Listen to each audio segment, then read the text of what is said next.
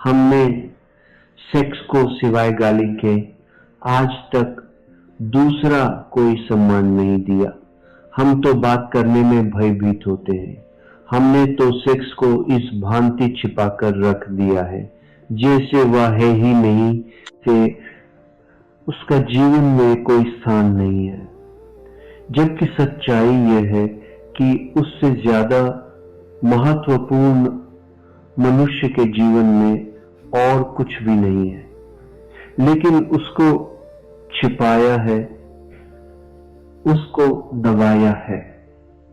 दबाने और छिपाने से मनुष्य सेक्स से मुक्त नहीं हो गया, बल्कि मनुष्य और भी बुरी तरह से सेक्स से ग्रसित हो गया। दमन उल्टे परिणाम लाया है। शायद आप में से किसी ने एक फ्रेंच वैज्ञानिक कुएं के एक नियम के संबंध में सुना होगा। वह नियम है लॉ ऑफ रिवर्स इफेक्ट। कुएं ने एक नियम इजाद किया है, विपरीत परिणाम का नियम। हम जो करना चाहते हैं हम इस ढंग से कर सकते हैं कि जो हम परिणाम चाहते थे उससे उल्टा परिणाम हो जाए। कोई कहता है हमारी चेतना का एक नियम है लॉ ऑफ रिवर्स इफेक्ट। हम जिस चीज से बचना चाहते हैं चेतना उसी पर केंद्रित हो जाती है और परिणाम में हम उसी से टकरा जाते हैं। साल 5000 वर्षों से आदमी सेक्स से बचना चाह रहा है और परिणाम इतना हुआ है कि गली कूचे हर जगह जहां भी आदमी जाता है वही सेक्स से टकरा जाता है। वह लॉ ऑफ रिवर्स इफेक्ट मनुष्य की आत्मा को पकड़े हुए है। क्या कभी आपने यह सोचा कि आप चित्त को जहां से बचाना चाहते हैं चित्त वहीं आकर्षित हो जाता है, वहीं निमंत्रित हो जाता है। जिन लोगों ने मनुष्य को सेक्स के विरोध में समझाया उन लोगों ने ही मनुष्य को कामुक बनाने का जिम्मा भी अपने ऊपर ले लिया है। मनुष्य की अति कामुकता गलत शिक्षाओं का परिणाम है और आज भी हम भयभीत होते हैं कि सेक्स की बात न की जाए। क्यों भयभीत होते हैं?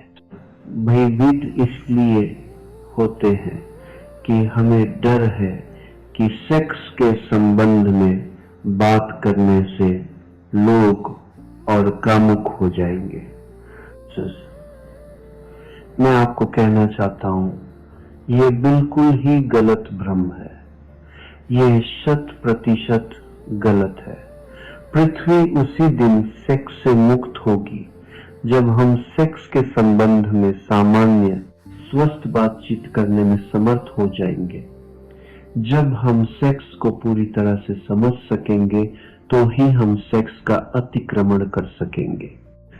जगत में ब्रह्मचर्य का जन्म हो सकता है, मनुष्य सेक्स के ऊपर उठ सकता है, लेकिन सेक्स को समझकर, सेक्स को पूरी तरह पहचान कर उस ऊर्जा के पूरे अर्थ, मार्ग, व्यवस्था को जानकर उससे मुक्त हो सकता है।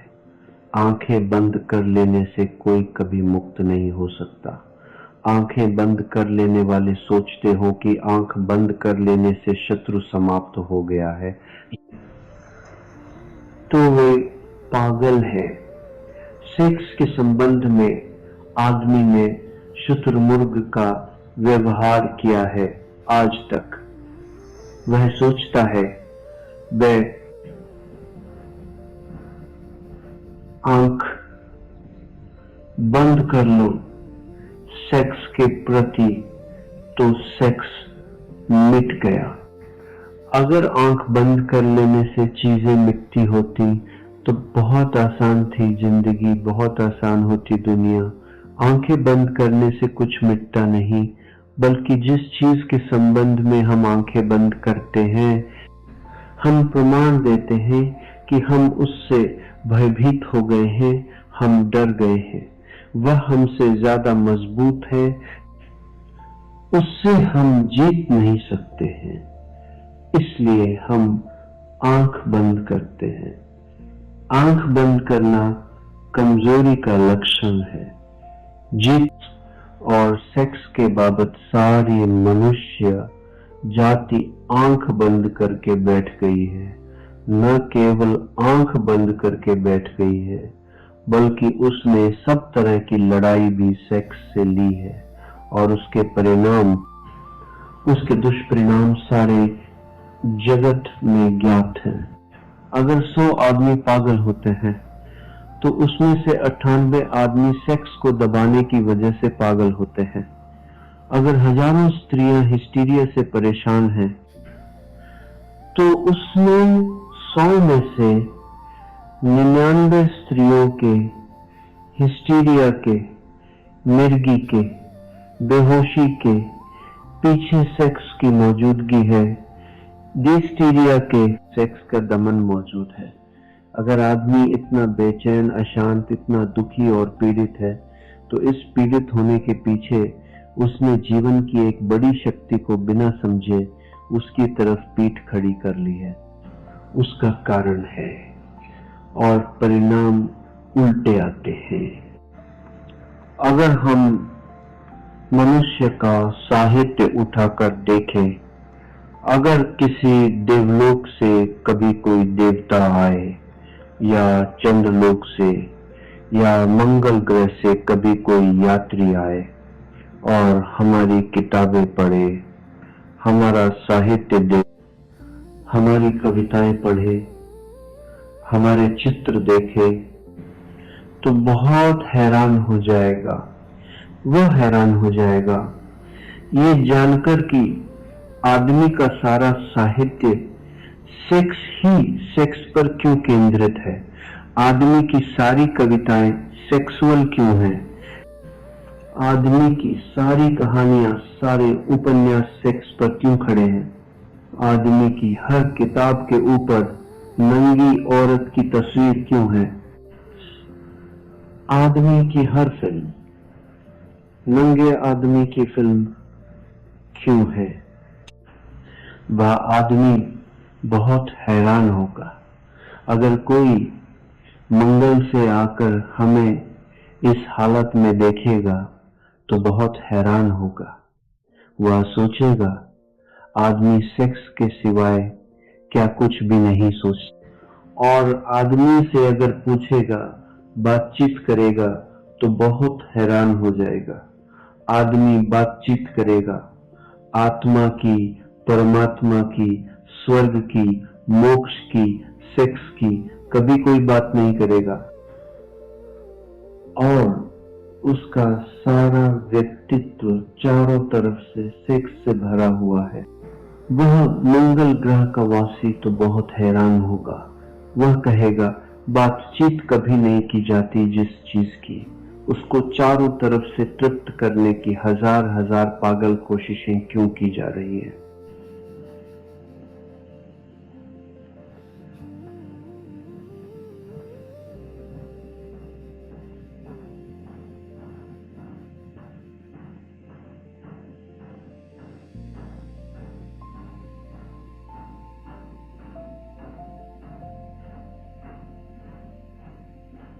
कृत किया है और अच्छे नामों के आधार पर विकृत किया है। ब्रह्मचर्य की बात हम करते हैं, लेकिन कभी इस बात की चेष्टा नहीं करते कि पहले मनुष्य की काम की ऊर्जा को समझा जाए, फिर उसे रूपांतरित करने के प्रयोग भी किए जा सकते हैं। बिना उस ऊर्जा को समझे दमन की, संयम की सारी शिक्षा मनुष्य को पागल, विक्षिप्त और रुग्ण करेगी। इस संबंध में हमें कोई भी ध्यान नहीं है। यह मनुष्य इतना रुग्ण, इतना दीन, हीन कभी भी न था, इतना विषाक्त भी न था, इतना पॉइजनस भी न था, इतना दुखी भी न था।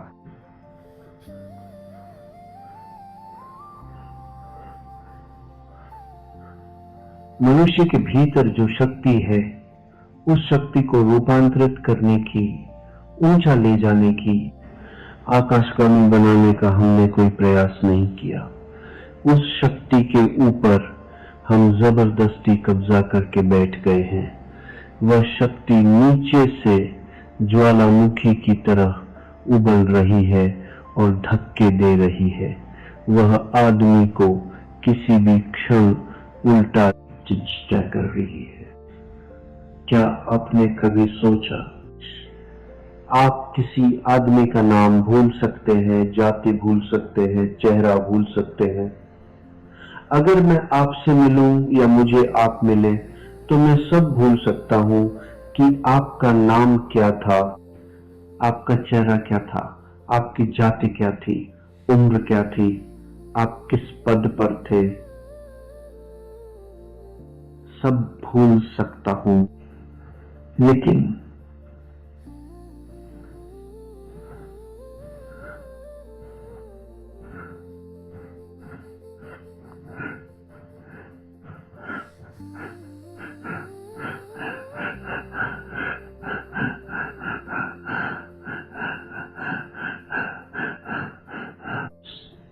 कभी पीछे यह संदेह उठा मन में कि वह स्त्री है या पुरुष नहीं, यह बात आप कभी भी नहीं भूल सके होंगे। क्यों? लेकिन जब सारी बातें भूल जाती हैं तो ये क्यों नहीं भूलता? हमारे भीतर मन में कहीं सेक्स बहुत अतिशय होकर बैठा है। वह 24 घंटे उबल रहा है, इसलिए सब बात भूल जाती है। लेकिन यह बात नहीं भूलती, हम सतत सचेष्ट हैं। जब तक आदमी और स्त्रियों के बीच यह दीवार और यह फासला खड़ा हुआ है, यह पृथ्वी तब तक कभी भी शांत नहीं हो सकेगी। जब तक भीतर उबलती हुई आग है और उसके ऊपर हम जबरदस्ती बैठे हुए हैं, उस आग को रोज दबाना पड़ता है, उस आग को प्रतिक्षण दबाए रखना पड़ता है। वह आग हमको भी जला डालती है, सारा जीवन राख कर देती है। लेकिन फिर भी हम विचार करने को राजी नहीं होते, यह आग क्या थी। और मैं आपसे कहता हूं, अगर हम इस आग को समझ लें तो ये आग दुश्मन नहीं है, दोस्त है। अगर हम इस आग को समझ लें तो ये हमें जलाएगी नहीं, हमारे घर को गर्म भी कर सकती है सर्दियों में, और हमारी रोटियां भी पका सकती है, और हमारी जिंदगी के लिए सहयोगी और मित्र भी हो सकती है। लाखों साल तक आकाश में बिजली चमकती थी, कभी किसी के ऊपर गिरती थी और जान ले लेती थी। कभी किसी ने सोचा भी न था कि एक दिन घर में पंखा चलाएगी, कभी ये रोशनी करेगी अंधेरे में, ये किसी ने सोचा नहीं था।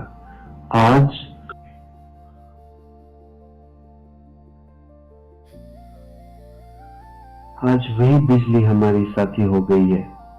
क्यों? बिजली की तरफ हम आंख मूंद कर खड़े हो जाते तो हम कभी बिजली के राज को न समझ पाते और न कभी उसका उपयोग कर पाते, वह हमारी दुश्मन ही बनी रहती। लेकिन नहीं, आदमी ने बिजली के प्रति दोस्ताना भाव बरता, उसने बिजली को समझने की कोशिश की, उसने प्रयास किए जानने के, और धीरे धीरे बिजली उसकी साथी हो गई। आज बिना बिजली के क्षण भर जमीन पर रहना मुश्किल मालूम होगा। मनुष्य के भीतर बिजली से भी बड़ी ताकत है सेक्स की। मनुष्य के भीतर अणु की शक्ति से भी बड़ी शक्ति है सेक्स की। कभी आपने सोचा? लेकिन यह शक्ति क्या है और कैसे हम इसे रूपांतरित करें? एक छोटी सी अणु में इतनी शक्ति है कि हिरोशिमा का पूरा 1,00,000 का नगर भस्म हो सकता है।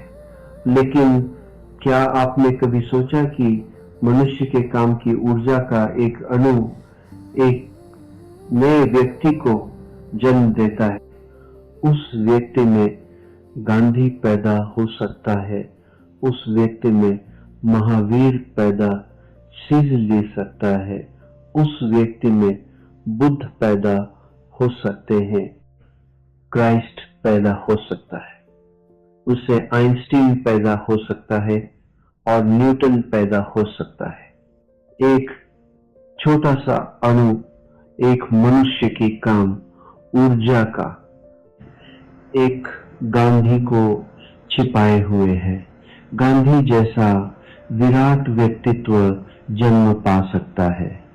सेक्स है फैक्ट, सेक्स जो जेबीस है वह तथ्य है मनुष्य के जीवन का।